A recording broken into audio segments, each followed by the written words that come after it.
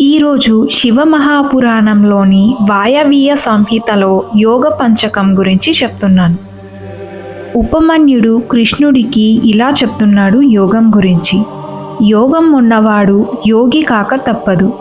యోగం అంటే ఉపయోగపడేది, సాధనకి ఉపయోగపడేది యోగమే. సాధన సాధ్యతే సర్వం సాధ్యం. యోగః చిత్తవృత్త నిరోధకః అనే ముక్క నువ్వు వినే ఉంటావు.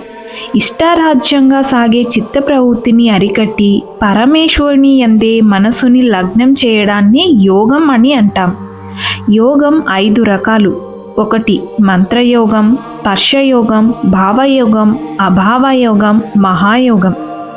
మంత్రయోగం అంటే నిరంతరం మంత్రజపం వల్ల తన్మంత్రవాచ్యుడైన దైవం యందే ఏకాగ్రత కావడం మంత్రయోగం. స్పర్శయోగం మంత్రయోగాన్ని ప్రాణాయామ సహితంగా ఆచరించినట్లయితే అది స్పర్శయోగం. భావయోగం మనస్సుని దైవమందు నిలిపి మంత్రం కానీ ప్రాణాయామం కానీ అనవసరం లేకుండా చేసేదే భావయోగం.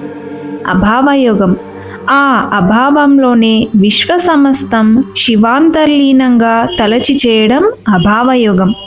మహాయోగం ఉపర్యుక్త అభావయోగంలో శివమొక్కటే దర్శింపబడినట్లయితే అది మహాయోగం.